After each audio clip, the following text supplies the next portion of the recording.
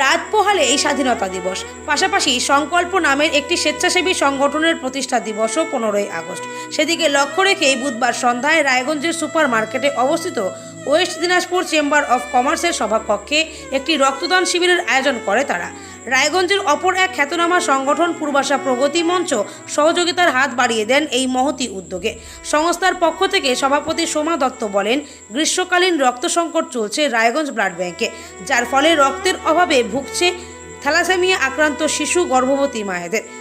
সেদিকে লক্ষ্য রেখে এই রক্তদান শিবিরের আয়োজন। তিনি সকল স্তরের নাগরিকদের আহ্বান করেন রক্তদানকে এগিয়ে নিয়ে যেতে সহযোগিতা করার জন্য।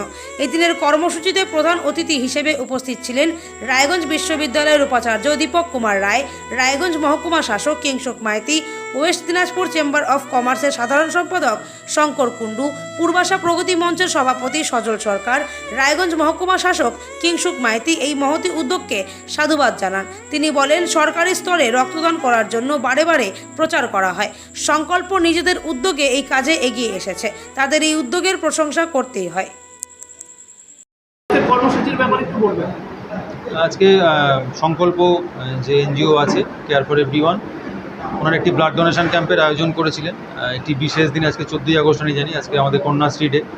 তো সেই রেসপেক্টে এবং ঠিক প্রি ইন্ডিপেন্ডেন্স ডেটাকে বলে আমাদের স্বাধীনতার আগের দিন, একটা ভালো উদ্যোগ। কারণ আমরা জানি যে আমাদের জেলাতে, শুধু জেলা বলবো না, বিভিন্ন জায়গাতেই রক্তের খুব চাহিদা রয়েছে এবং রক্ত সংকলন হচ্ছেই। আমরা রক্ত হচ্ছে, অনেক সময় দেখা যায় যে পেশেন্ট পার্টি পায় না। তো সেই কারণেই এই ব্লাড ডোনেশন ক্যাম্পের আয়োজন করা, সরকারি তরফ থেকেও বলা হচ্ছে, কিন্তু ওনারা বিশেষ উদ্যোগ নিয়েছেন নিজেদের উদ্যোগে ব্লাড ডোনেশন ক্যাম্প আয়োজন করা। তো সেই রেসপেক্টে ডোনাররাও এসেছিলেন।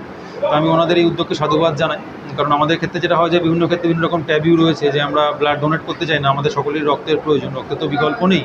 কিন্তু ওনারা মানুষকে সচেতন করার জন্য এবং যাতে ব্লাড যাতে সংগ্রহ হয় সেই রেসপেক্ট ওনারা এই ক্যাম্পের আয়োজন করেছিলেন। এবং আমি আশা রাখছি যে আগামী দিনে ওনাদের এই যে ভালো উদ্যোগ সমাজের জন্য, এটা আরও এই জাতীয় কর্মকাণ্ড হবে এবং আমাদের সর্বতভাবে আমরা সাহায্য করব যাতে এই জাতীয় ক্যাম্প আরও সাকসেসফুল হয় এবং মানুষ যাতে ব্লাড ডোনেশনে এগিয়ে আসে। ওনাদের সকলকে, সংকল্প পরিবারের সকলকে আমাদের তরফ থেকে, প্রশাসনের তরফ থেকে অনেক অনেক ধন্যবাদ। যে কাজটা আমরা করছি আমাদের সঙ্গে ওনারা হাতে হাত মিলিয়ে এই কাজটা করছেন। ওনাদের সকলকে অনেক অনেক ধন্যবাদ। সোমা দত্ত, সংকল্প কেয়ার ফর এভরিওয়ান সভাপতি। আজকে আমাদের ব্লাড ডোনেশন ক্যাম্প হলো। প্রথমেই আমরা একটু বলতে চাই যে আরজি করের মানে সারা বাংলা জুড়ে যে ঘটনা চলছে আরজি করে, সেখানে আমরা সত্যি অনুতপ্ত, ভীষণভাবে ব্যথিত সংকল্প পরিবার। আমরা আমাদের যত রকম সহযোগিতা আছে একজন মেয়ে হিসেবে আমরা সবাই পাশে আছি। আর এবার আসি মূল কথায়, সেটা হলো আমাদের কালকে সংকল্পের 4র্থ বর্ষপূর্তি। সেই উপলক্ষে কালকে যেহেতু একটা বিশেষ দিন, 15ই আগস্ট, সেদিন ব্লাড ব্যাংকের কর্মীরা সবাই ভীষণভাবে ব্যস্ত থাকেন বিভিন্ন জায়গায় ব্লাড ক্যাম্প নিয়ে। সেই জন্য আমরা আজকে ব্লাড ডোনেশন ক্যাম্পের আয়োজন করেছি। আজকে আমাদের 10 জন ডোনার হয়েছে। আমরা বার্তা দেব এটাই যে ব্লাড নিয়ে যে আমরা কাজ করছি ঠিকই, বিভিন্ন এনজিও বিভিন্নভাবে কাজ করছে, কিন্তু তবুও মানুষের মধ্যে একটা অনীহা, মানে রক্ত দান করতে কেউ সেভাবে চায় না, সবারই মধ্যেই একটা অনীহা দেখা যাচ্ছে।